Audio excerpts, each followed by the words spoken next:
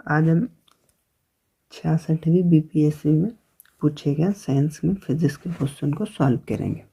चलिए आइए शुरू करते हैं। पहला क्वेश्चन है, गर्म करने पे एक अर्धचालक का प्रतिरोध क्या होता है? बढ़ता है, घटता है या वही रहता है? कमेंट करना है। पहले तो हमको बता दें कि अर्धचालक में होता है सेमीकंडक्टर। अगर सेमीकंडक्टर का टेम्परेचर हम बढ़ाते हैं तो उसका रेजिस्टेंस घटता है, तो इसका आंसर हो जाएगा बी। और सेमीकंडक्टर का एग्जाम्पल भी याद रख लीजिएगा, एनसीईआरटी में दिया हुआ है, सिलिकॉन एंड जर्मेनियम। और कंडक्टर का टेम्परेचर अगर हम बढ़ाते हैं तो रेजिस्टेंस बढ़ता है, आप ये भी ध्यान में रखेंगे। चलिए दूसरा क्वेश्चन देखते हैं। फैराडे स्थिरांक इलेक्ट्रॉन की मात्रा पर निर्भर करता है, इलेक्ट्रॉन में पारित विद्युत धारा पर निर्भर करता है, या विलायक के आयतन पर निर्भर करता है जिसमें इलेक्ट्रोलाइट घोला जाता है, या यूनिवर्सल कांस्टेंट है, सार्वभौमिक स्थिरांक है। देखिए एफ आपका यूनिवर्सल कांस्टेंट होता है और एफ का वैल्यू होता है 96500। एक चीज़ और भी याद रख लीजिएगा, जो फैराडे है वो कैपेसिटेंस का यूनिट होता है,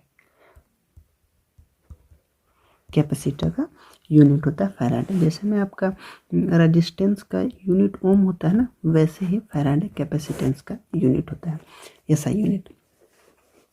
तीसरा क्वेश्चन देखते हैं।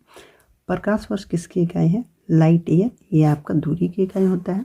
और 1 light year is equal to 9.46 × 10⁻15 metre होता है। अगला देखते हैं 4 नंबर क्वेश्चन। जब प्रकाश एक माध्यम से दूसरे माध्यम में जाता है तो निम्न में से कौन सा नहीं बदलता है? देखिए अगर एक मीडियम से दूसरे मीडियम में लाइट जाएगी, मान लीजिए इधर आपका मीडियम है एयर और इधर मान लीजिए आपका मीडियम वाटर है। जब इससे इधर जा रही है तो ऑब्वियस सी बात है आपका गति चेंज होगा ही, और गति चेंज हो रहा है तो आपका तरंगदैर्घ्य भी चेंज होता है। और आवृत्ति जो है ना, ये आपका सोर्स की प्रॉपर्टी है, तो सोर्स हम चेंज नहीं करेंगे तो ये चेंज नहीं होगा। यहाँ पे आपका मीडियम चेंज करने की बात कर रहा है, तो इसका आंसर आ जाएगा आवृत्ति। अब आ गया अपवर्तनांक। अपवर्तनांक आपका मीडियम की प्रॉपर्टी होती है। जैसे में एयर का, इसको इंग्लिश में रिफ्रैक्टिव इंडेक्स बोलते हैं। एयर का रिफ्रैक्टिव इंडेक्स 1 होता है एंड वाटर का रिफ्रैक्टिव इंडेक्स 4/3 होता है। और भी मैं आपको याद करने की बता दे रहा हूँ। ग्लास का रिफ्रैक्टिव इंडेक्स 3/2 होता है और मैक्सिमम आपका रिफ्रैक्टिव इंडेक्स डायमंड का होता है 2.4। अगला क्वेश्चन 5 नंबर क्वेश्चन है कि विद्युत चुम्बकीय तरंगों का वेग होता है। देखिए विद्युत चुम्बकीय तरंगे means electromagnetic wave. Electromagnetic wave पहली बात आप याद रख लीजिएगा कि ये मीडियम पर डिपेंड नहीं करता है। मतलब अगर बीच में निर्वात भी है ना तो उसमें भी ये ट्रेवल कर जाता है, और इसका वेलोसिटी, वेग मीन्स वेलोसिटी 3 × 10⁸ मीटर पर सेकेंड होता है, तो इसका आ जाएगा फर्स्ट आंसर। सबसे ज़्यादा श्यानता होती है, श्यानता मीन्स होता है आपका विस्कोसिटी, और अच्छे से समझे तो गाढ़ापन। मतलब सबसे ज़्यादा गाढ़ा कौन सा होता है, तो इसमें सबसे ज़्यादा गाढ़ा शहद लिख दे रखा है। अगर हम इसका ऑर्डर देखें तो सबसे ज़्यादा आपका शहद का हो जाएगा, उसके बाद खून का हो जाएगा, उसके बाद आपका वाटर का हो जाएगा, और उसके बाद हो जाएगा आपका एयर का, मीन्स बी। 7 नंबर क्वेश्चन देखते हैं कि निम्न में से कौन सा ऊष्मा का सबसे अधिक कुचालक है? देखिए सबसे पहले तो यहाँ पे कन्फ्यूज़न होता है कि सुचालक और कुचालक क्या होता है।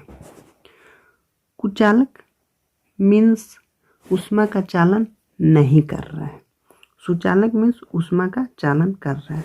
तो तांबा भी ऊष्मा का चालन करता है, शीशा भी करता है, मीन्स शीशा भी गर्म हो जाता है। ये आपका पारा जो है ना आपका सबसे अधिक कुचालक है। बट ध्यान रखिएगा कि पारा आपका इलेक्ट्रिक का सुचालक होता है। आगे देखते हैं 8 नंबर क्वेश्चन। 2 समानांतर प्रतिरोध वाले सर्किट का कुल प्रतिरोध, मतलब आर इक्विवेलेंट आपका दिया हुआ है 1.403 किलो ओम। यदि एक प्रतिरोध का मान लेते हैं R1 ले लेते हैं 2 किलो, तो दूसरे प्रतिरोध का मान बताइए। पहले तो आप सीखिए समानांतर और श्रेणी क्रम में रेजिस्टेंस को कैसे जोड़ते हैं और कैसे इक्विवेलेंट निकालते हैं। देखिए सबसे पहले मैं आपको श्रेणी क्रम बता रहा हूँ। देखिए मान लीजिए ये R1 है और ये आपका R2 है, तो ये हो गया आपका श्रेणीक्रम। अगर इसमें R इक्विवेलेंट निकालना है तो हम सिंपली R1 प्लस R2 ऐसे कर देंगे। बट समानांतर क्रम पैरेलल में अगर रेजिस्टेंस जुड़ा हुआ है तो ये कुछ ऐसा होता है, ये पैरेलल है। मान लीजिए 3 को दिया हुआ है, 3 रेजिस्टेंस दिया हुआ है, यहाँ पे है R1, ये R2 एंड R3। इसमें R इक्विवेलेंट निकालना है तो आप ऐसे करेंगे 1/R equivalent is equal to 1/R1 plus 1/R2 plus 1/R3। अगर 2 रेजिस्टेंस है तो आप इसको काट देंगे।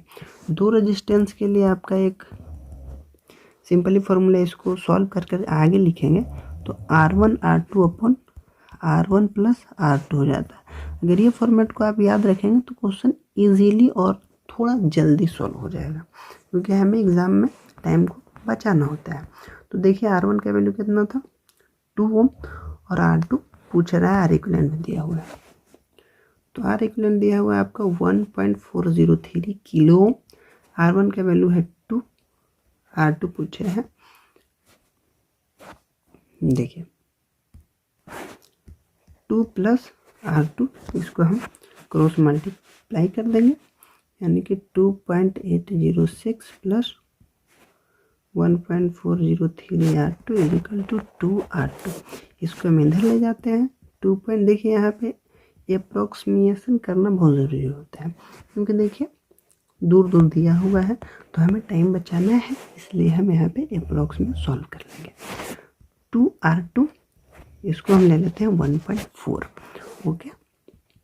2.8 ये इसमें से घटाएंगे, 1.4 R2 है तो ये आ जाएगा आपका इतना R2 is equal to 2.8 upon 0.6, ये आ गया 14/3। अगर इसको आप काटेंगे तो 4 के 12 हो गया, 2 बचेगा तो 4.6 अप्रोक्स में आया है आंसर। आप देख लीजिए कौन सा ऑप्शन मेरा सही है, 4.7 है, ठीक है। तो ये आ जाएगा आपका आंसर।